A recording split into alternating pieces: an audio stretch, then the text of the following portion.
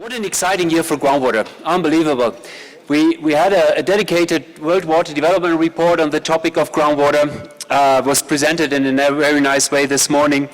There are quite a number of sessions related to groundwater throughout the year, but this is really the culmination. That's the climax of this year, and having a groundwater session here at the Groundwater Summit.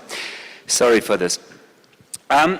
We heard today by the presentation of the World Water Development Report that 99% of all liquid fresh water is in the groundwater. It's in the subsurface. Well, the number gets a bit lower if we consider also snow and ice, but from the liquid water, it's 99%. It's unbelievably high. Groundwater in many parts of the world is already overused, and we keep on hearing stories about declining groundwater tables, which is very true. But we come to the complexity to this during this session. On the other hand, groundwater can be part of the solution. Groundwater can really help to build resilience and increase our resilience to climate change adaptation. To do that, we need to understand the resources. We really need data and information to understand the resource, its change in space and time, and we also need to understand the use of the resource and the extraction, sometimes over-extraction. Therefore, we need data and information, and that's the focus of this session today. I'm here accompanied at stage with quite a special panel. I'm very happy. I will introduce you then as soon as I ask you some questions to save some time. You know we are running a little bit late. But I would like to mention our two rapporteurs who are sitting there on the very left-hand side from my side. It's Edouard Bonnet for the International Network of Basin Organizations, groundwater, also 99% in basins actually, is in the subsurface, and Michel Ferme from the UNESCO Groundwater Youth Network, who are taking notes and make sure that we properly report on this session. But let us start today with an opening remarks, and it's a pleasure to introduce the Secretary General of the World Meteorological Organization, Professor Petri Talas. Professor Talas unfortunately can also not be here today, and therefore we will listen to his introduction via a video, and I would like to have the video now, if that is possible. The video of Professor Talas, please.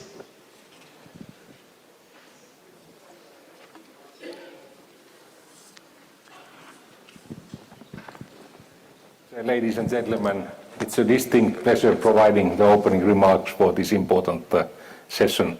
It's a pity that I cannot be with you in Paris these days, but earlier commitments made it impossible for me to participate in your discussions in person. I would like to thank UNESCO for taking the lead in organizing the 22 Groundwater Summit on behalf of the UN Water and all organizers of this important session.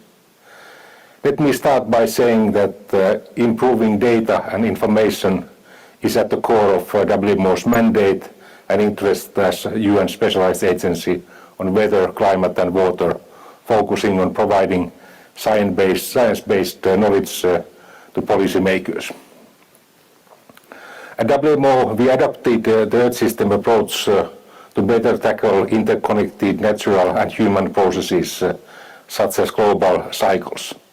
The hydrological cycle is one of them, and groundwater is an essential part of it that is impacted by and impacts many of the other Earth systems. We are gradually improving our understanding of the Earth system, and essential to this achievement is our ability to improve the observations of all systems and to generate insightful information through integrated data analysis and fusion, and through continuously improving modeling approaches. Together with historical decisions last year on adopting the unified data policy, establishing global basic observing network and related sustainable financing mechanism, SOF, the WMO Congress adopted the action plan for hydrology with numerous activities identified and to be implemented to better serve members. Among very concrete tools that the WMO makes available to the broad community working in weather, water and other environmental sciences, let's mention the WMO Hydrological Observing System WOS, contributing to overall WMO information system. WOS is designed to support modeling and warning systems of the whole hydrological system, including groundwater, and we are pleased to be engaged with key partners such as UNESCO and IGRAC to support their efforts with such pragmatic tools. Such enablers are critical as climate change is affecting the availability, quality, quantity of water for billions of people and impact ecosystems in multiple ways. The hydrological changes induced by climate change are adding challenges to the sustainable management of all water resources, which are gradually under severe pressure. In many regions of the world, over-extraction and pollution where more than 3 billion live in severely water-stressed conditions. Groundwater resources are directly affected. Although often negatively impacted, groundwater is part of the solution to address the challenges posed by climate change and other environmental and societal changes. Sustainable management of groundwater resources is critical to reduce the impacts of climate and weather-induced disaster risk like droughts, floods, which often devastating impacts on food security, economies, society, and ecosystems. Isotope data and other hydrometric observations show the often significant part of groundwater in flood runoff, a process that we still need to better understand across scales and in different hydroclimatic regions.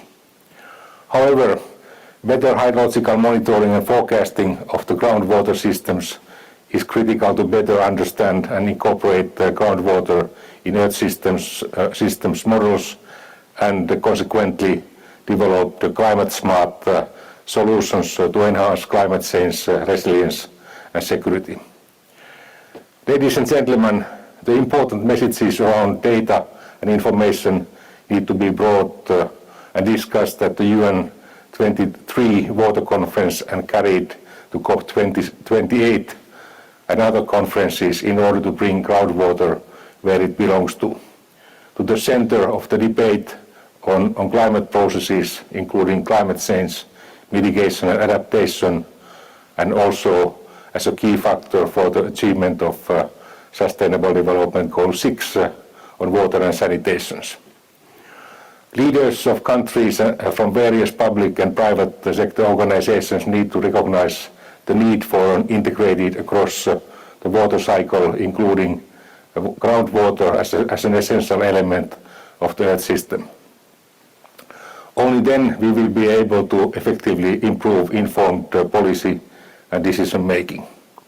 Furthermore, we need to strengthen and empower national and international water management, especially through the National Hydrological and Meteorological Services, in their ability to deal with groundwater appropriately and catalyze cooperation throughout all interconnected Earth system domains.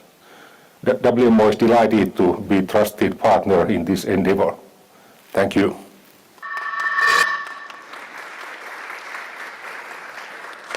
Thank you, Professor Tallers. Very interesting and important to really to explain why groundwater is an absolutely essential part of the Earth systems and all the challenges related to data policies, but also the complexity of data as well. Data was already mentioned, as well as financial mechanism to facilitate better data and information.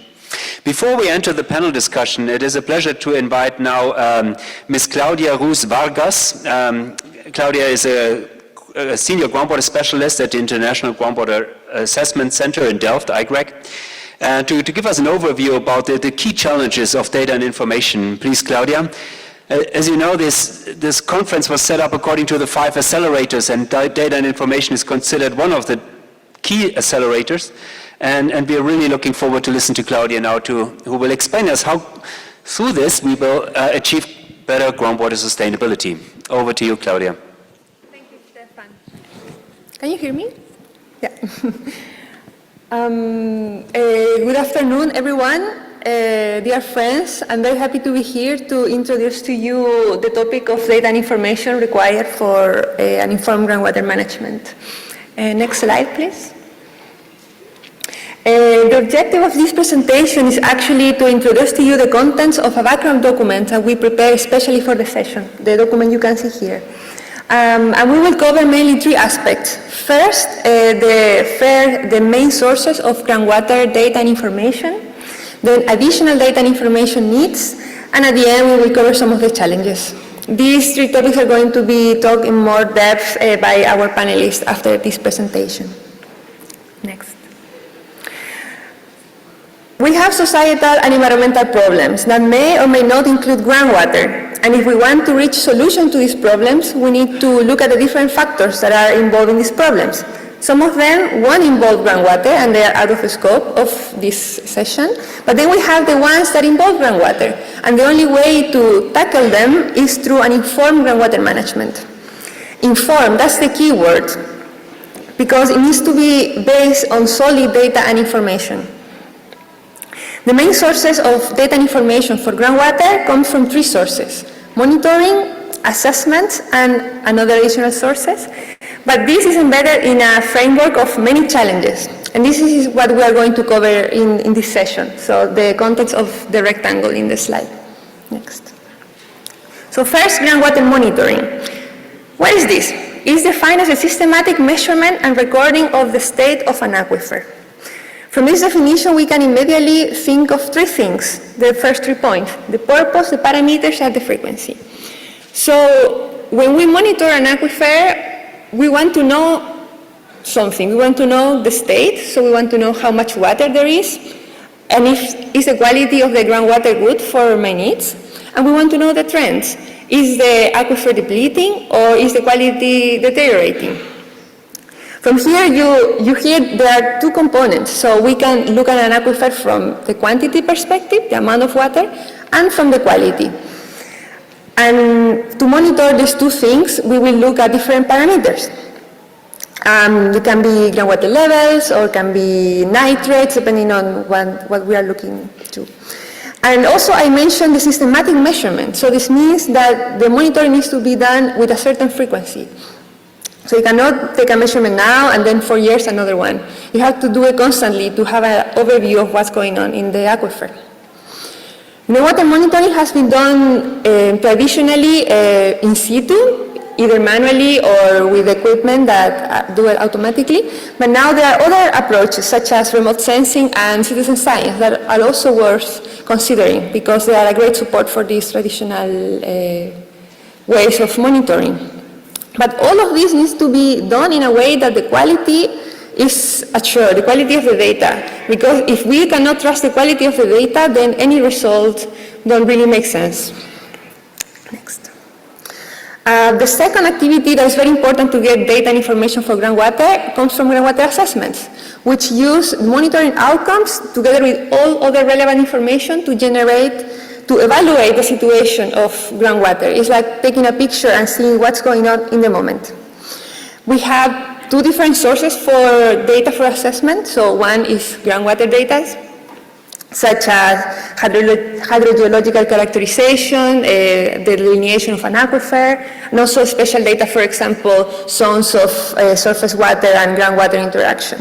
But also, this is very important, we need non-groundwater data, because groundwater exists in a context. So we cannot only look at the aquifer, but also need to look at the context. And this will be data about climate, environmental aspects, legal aspects, socioeconomic aspects, etc. We have also additional data and information needs. And what do I mean? There is data and information that will come that is related to the specific management measure that we want to apply. That can be one of these types.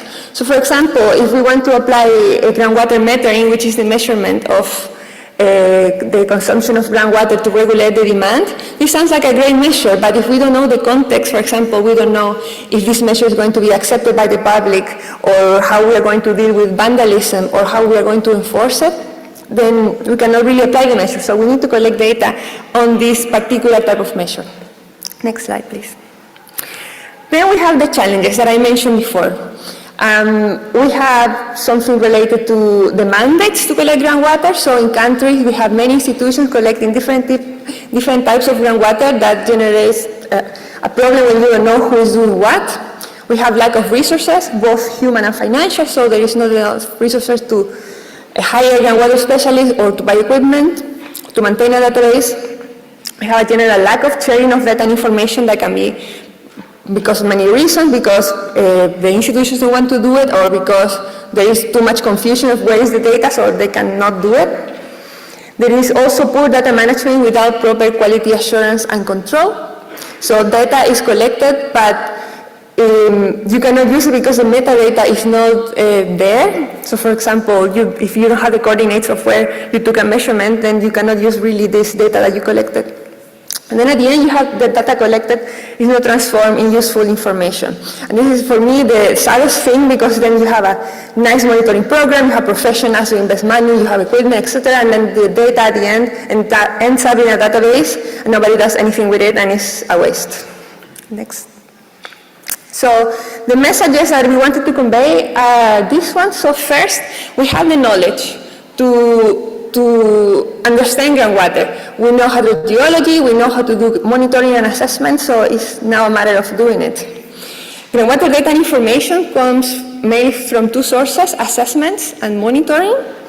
No assessment can be complete if we don't have a record of historical data, because this will allow us to make projections for the future. Data needs to be findable, accessible, reusable to support the transformation of data into useful information. Also, we need specific data and information that will be related to the management measures that we want to apply that goes beyond a traditional groundwater assessment. There are multiple challenges that we need to address, and the cost of not addressing these challenges is very high. And at the end, we need to raise awareness, increase citizen participation, and lobby for appropriate monitoring and assessment, which is we are doing today, actually. So, thank you, and I'm looking forward to the panel discussion.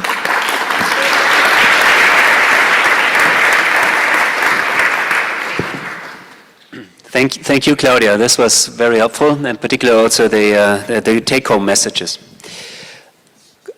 Colleagues, we have 5 panelists, and I will just, if you don't mind, take one after the other, the way they sit here without no statement. I will start with Ms. Thusaneh Netazana.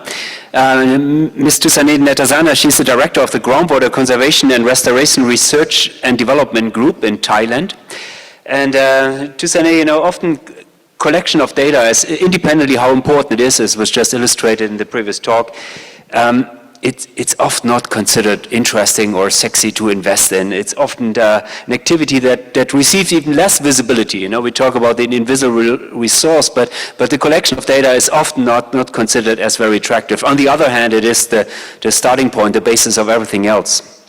It's often neglected in policies. It's often subject to budgetary constraints. Yeah, ministers and I hope finance managers are still in the room. Budgetary constraints, yes, it's a real issue when it comes to data collection. However, there's also a number of positive examples, particularly also from Thailand, and I would like to invite you now, Thusaneh, to share some examples, how you managed to maintain and really further develop networks for groundwater monitoring, please. Thank you very much, and good morning, everyone. In Thailand, groundwater is the main source for domestic agriculture and industry, and is supporting the growth of economy of Thailand.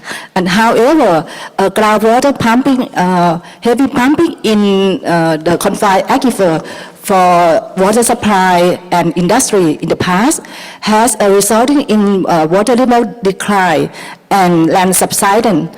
So therefore in 1977, Groundwater Act was enforced to groundwater dealing, groundwater licensing and utilization. And therefore, Department of Groundwater Resources or DGR has responsible for groundwater monitoring network plan in Thailand. Under this program, basic groundwater data, including water level, water quality, and land subsidence, were collected, and reliable database were established for the purpose of managing water resources. 16 monitoring wells were installed, and 7 years later, extended to 280 5 monitoring wells, and land subsidence was also monitored since then. At present, there are about 1,200 stations and around 2,000 monitoring wells has been installed in every region of Thailand. And more wells has been planned to cover all the major aquifer in the country. In the local area, DGI has installed monitoring wells in the area where is a high risk of contamination, such as landfills and industrial waste disposal site.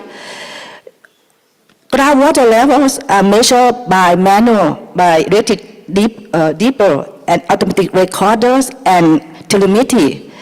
For groundwater quality, we also install automatic recorder for both water levels and water quality. All wells will collect samples for groundwater analysis once a year, and physical and chemical parameters are analyzed, and as well as the heavy metal and toxic substance are also analyzed. For the high risk of groundwater contaminations, we also analyze the bacteria or volatile organic compounds. And all getting data were put in the database and disseminated in the public. They can be visualized and downloaded from web platform of DGR, that is TGMS or Thailand Groundwater Monitoring System. Data for monitoring are analyzed to illustrate the groundwater condition. For example, the trends of groundwater declines, a steady or rise. Groundwater quality changes are detected from the monitoring wells, where are the contamination from heavy metal, from volatile organic compounds, or from the upcouling of saline water. DGR also disseminates the result of the annual report by describing groundwater condition and develop guidelines for groundwater development and conservation in specific area.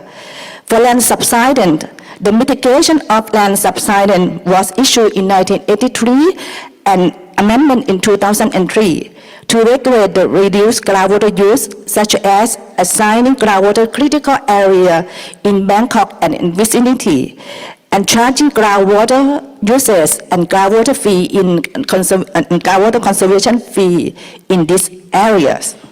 Currently, subsidence rate has been improved to less than 1 centimeter per year. So our challenge for groundwater monitoring network, including the expansion of monitoring network covering all over the country, and monitoring wells addressing other issues, including groundwater surface interactions, capture zones, and groundwater recharge, should be considered. And law enforcement on groundwater management and environment laws to protect groundwater from contamination. And actually groundwater monitoring system may be considered as less attention to other groundwater management and lacks of the public perception and participations. And also, in addition, we need to strengthen the capacities of the officials, networks, equipment, and technologies is required. That's all.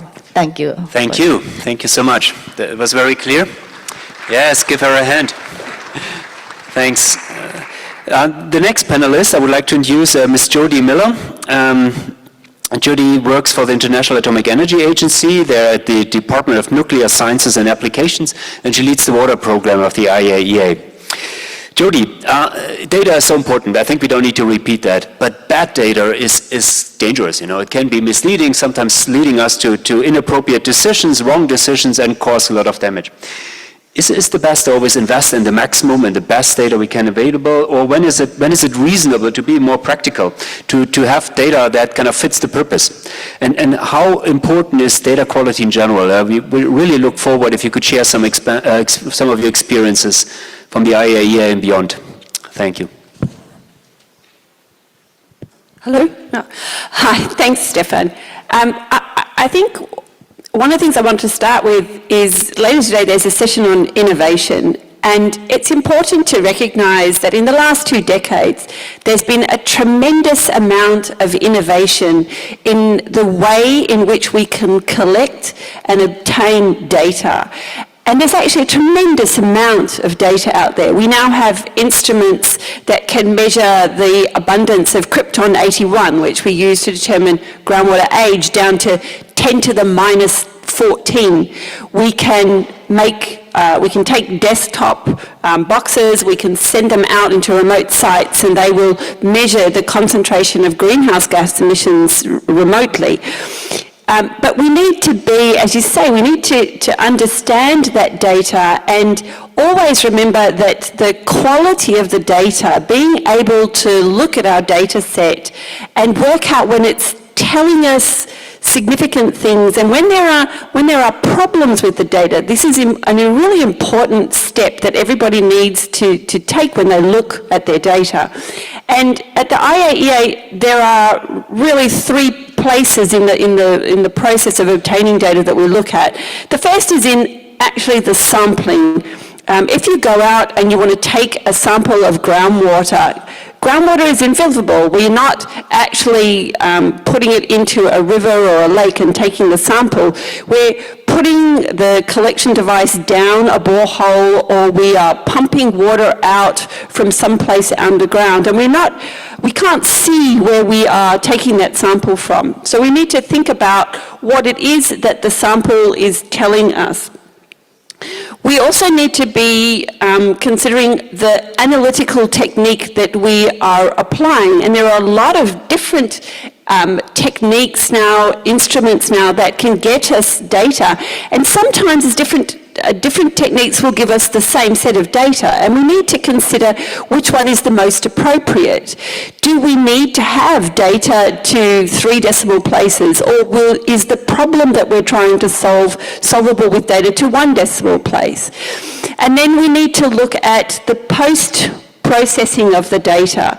When we reduce the data that comes directly off the instrument or off the machine or off the satellite, are we able to appropriately filter out bad data? Do we have the skills to recognise when we see bad data points coming up?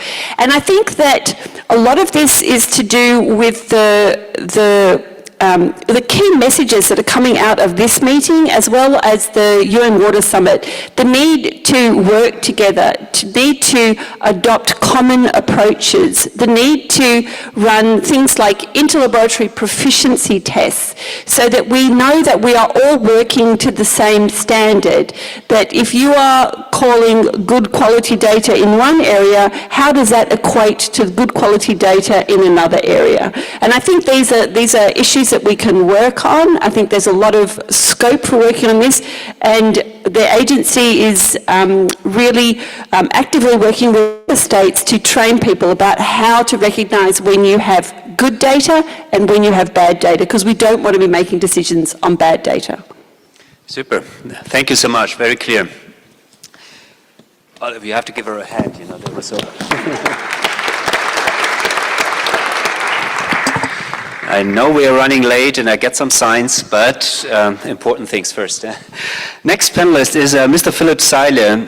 Philipp works for the BFG, the German Hydrological Water Management Agency, and where he's the head of Global Environmental Monitoring Systems for Freshwater, which includes GEMS data and other water data.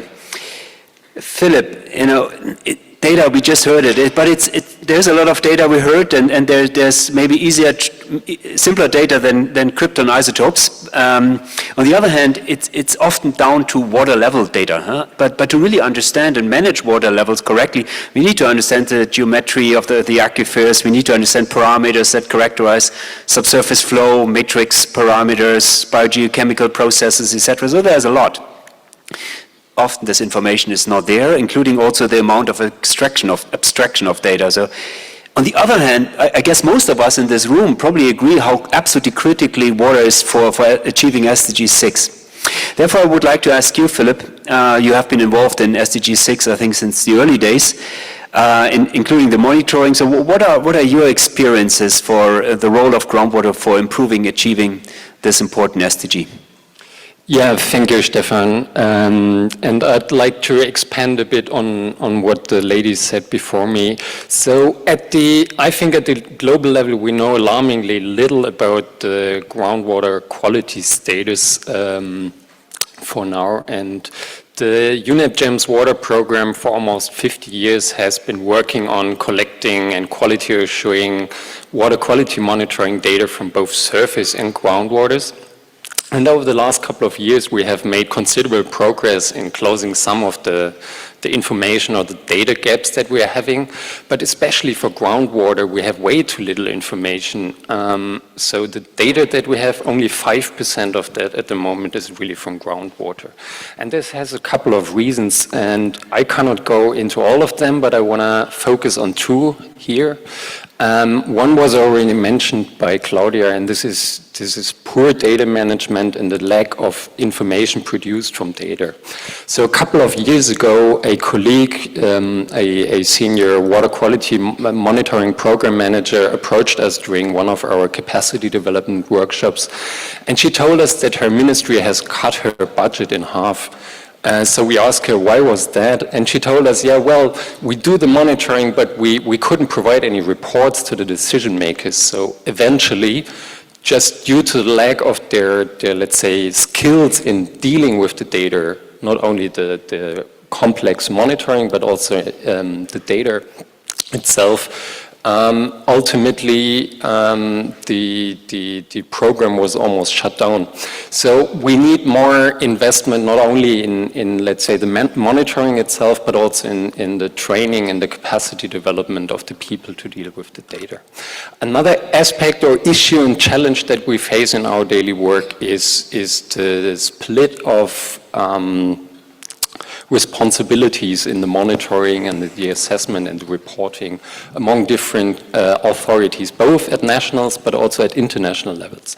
So more often than not, we face the situation that there are organizations dealing either with surface or with groundwater, and ultimately or very often the data is not really collected centrally at a national scale, and internationally the same holds true. There are many different international and UN programs working on collecting data, but more often than not, this is not really collected in a consolidated manner. So we all know groundwater resources are under impeding pressures, and they are so vital to our existence.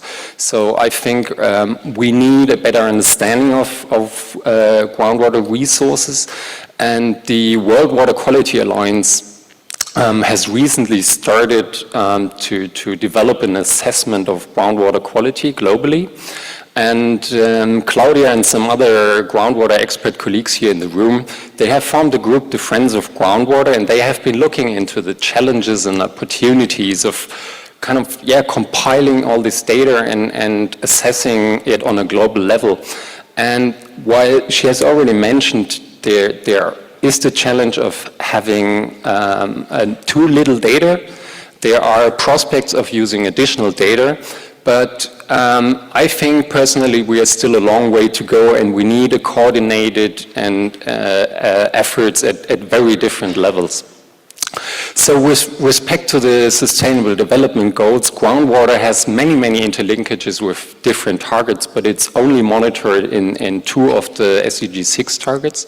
This is target 6.6 on the protection and restoration of water-related ecosystems, and on 6.3 to improve water quality. And our team, we have been involved in developing a simple water quality indicator that covers both groundwater and surface waters. And well, the good news is that from all the countries that have been reporting so far, about 60% of the water bodies have been assessed as having good quality. However, only less than half of the member states have reported so far, and only 50 have been using actually groundwater data. So unless we really scale up our efforts in the monitoring and the assessment and the reporting on groundwater resources, I'm afraid that we pose or run the risk that we make wrong decisions on wrong assumptions. So, yeah, with this I'd like to end. Thank you.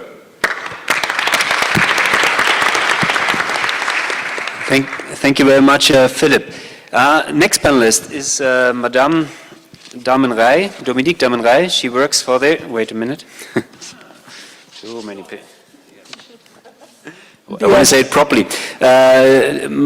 Dominique Damenrey, she's the Director of Water and Global Change of the Water and Global Change Program at the Bureau of Research for Geology and Mines at the BRGM in France. France has been one of the leading countries when it comes to groundwater monitoring, sharing, and so on. Earlier in Claudia's presentation, she stressed the point that data needs to be fair, so findable, accessible, interoperable, and reusable. You and your team, you have been working on this for quite some time, and there's many different stakeholders often involved in that process. It's the public sector, obviously, but also sometimes private sector. There's not only technological obstacles for accessing data, there's also sometimes commercial interest or even state security can be a matter that really prevents having access to data. What is your experience from the last years to facilitate that process from France? Thank you, Stefan. Yeah, I'm working for the French Geological Survey. It's easier than BRGM. So we are operating for France the groundwater monitoring network, but also the National Groundwater Data Platform, or the portal, where we are collecting all the data, both on quantity and quality, from the different producers in France. It can be municipalities, it can be the private sector, it can be local authorities. And so, as it was said before, for doing that, you need a long-lasting action about how to standardize, how to communicate, how to give guidance on how to report that. And even that, you have to do the control and the quality check. Nevertheless, when you have that, and as it is available, publicly available for us, you can use it for different purposes, and that is what is done for informing a particular policy, and in particular this year, with the drought, it has been a critical point.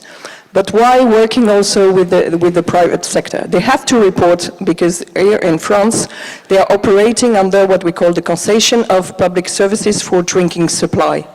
So they are supporting public services. But they have more data than what is required by the regulation.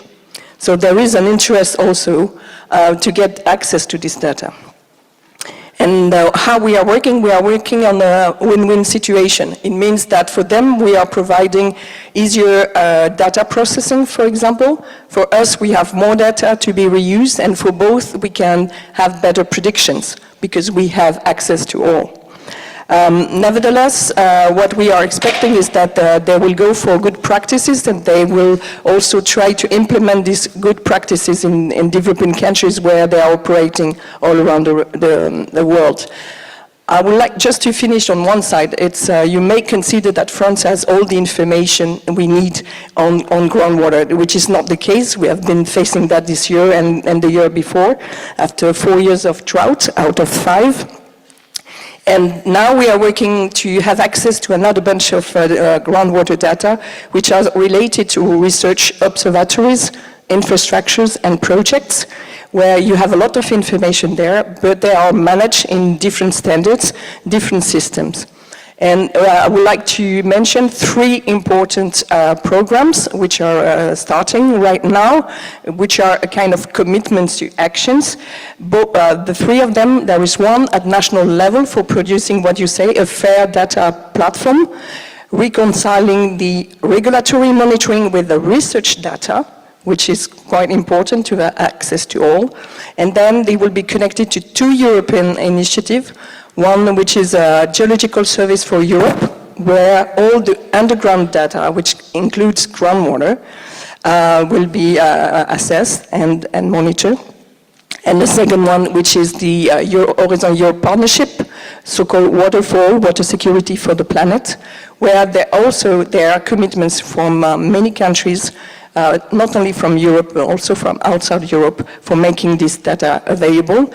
All the three initiatives are based on open science and open data principle, and therefore it should be available for larger communities when we'll be finishing. Thank you.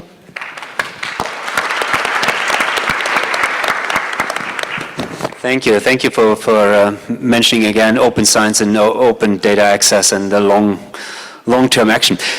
Final panelist in this panel today is a pleasure to introduce Ms. Alcos. Ms. Alcos was till very recently, less than a month ago, the director of watersheds and aquifers at the divisions at the Dirección Nacional de Aguas in Uruguay. But less than a month ago, actually, she joined WMO. So when we invited her, she was still the director in Uruguay, and she joined recently the WMO, actually my group, as a senior water specialist. Silvana, we talked about the collection of data, the importance of quality of it, the importance of accessing it, making it retrievable, etc. But finally, we want to speak about sharing of data. There's a number of legislative as well as technical difficulties, we said that. On the other hand, the international community contributed quite a number of tools, both normative tools as well as technological developments that can really help countries to share data. What are your experiences from Latin America, where you worked so many years and had so much success in that respect? And maybe you share some experiences from there as well as from WMO, you might. Over. Hola. Yeah. Thank you, Stefan, and thank you, everybody, for being here. I don't know if I follow the presentation trying to answer you. Okay, next. Yeah, as Stefan mentioned, we have two big components when we are talking about sharing data. One is the policy component, and then we have the technical, technological component. And here I'm sharing with you the framework for the international exchange of data, of Earth system data. And its core is the belief that the free and unrestricted exchange of data is a win-win for all. At a minimum, you'll get visibility, quite an important thing for our precious hidden groundwater. But there is more benefit around it. Next. Well, no, we can continue with this. For example, if we are Earth system models have the capability of representing at a regional scale changes in groundwater storage. And that can be verified against gravity anomaly measurements that we get from the GRACE satellite mission. But that information is too coarse in space and time. So having access to in situ groundwater levels, especially from observation wells, can really improve that estimation. Next, please. So we are willing to share data now because we see the benefit of doing that, and which is the best way to do it. So I would start with standardization, the standardization approach. That is key and is the most sustainable way. And the good news is that currently we have a standard for groundwater format, and that is the Water ML2 Part 4. That has been currently approved by WMO and and OGC, the Open Geospatial Consortium. So in March, there was a session, training about Water ML2 Part 4, and for those that could not participate, I encourage to go to that link and get familiar with it. But that will allow us to understand better the data used by others that also have adopted the standard, and also will help us in the data exchange. But if we don't have it yet, There are tools that we have also developed and they have already been successfully implemented. For example, in La Plata Basin in South America for surface water can also be used for groundwater. And that is the WMO Hydrological Observance System, HOOS, that to support that exchange has a brokering approach. So if there is any interest to have a pilot project implementing HOOS for groundwater, please approach WMO. Next, please. Time out. Thank you. Time out. I don't know. Good.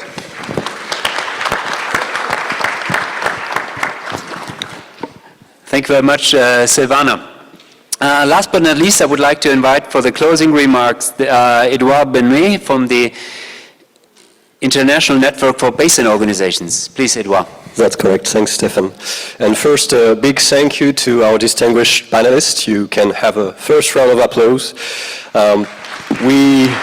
Thanks to you, I've been reminded that we need strong monitoring network, we need quality data, accessibility and interoperability as well, and this was said in technical terms that we don't often see in international conference, so thank you for that. And we also made it clear through the crystal clear case studies from Thailand, from Uruguay, from France, that we need enabling environment that include governance, that includes financing and innovation that are disseminated throughout the world. And there was a fourth one that I will add, but it was already foreshadowed in the introduction from Stefan, which is the need for coordinated monitoring of both groundwater and surface water. We know that from a technical point of view, because we need context, it was reminded earlier by Jody, I believe, and we also need it from an institutional point of view to avoid redundancies, duplications, that is basically a waste of resources. And to conclude, well, I would like to just share a thought on the overall motto, making the invisible visible. We do not wait for gold to be extracted from the earth to give it value, attention. And we need to have the same logic for water. It deserves our attention up front, but even for that first step, we need a stronger knowledge base. Thank you.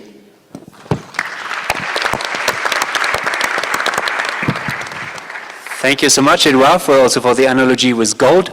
And ladies and gentlemen, this was the first session. Very much looking forward to the next 1.5 days. And now we enjoy our lunch. Thank you so much. Over. Thank you. Thank you for this excellent session. Just a small announcement. It's a lunchtime. The lunch is in main hall. It's offered by K-Water.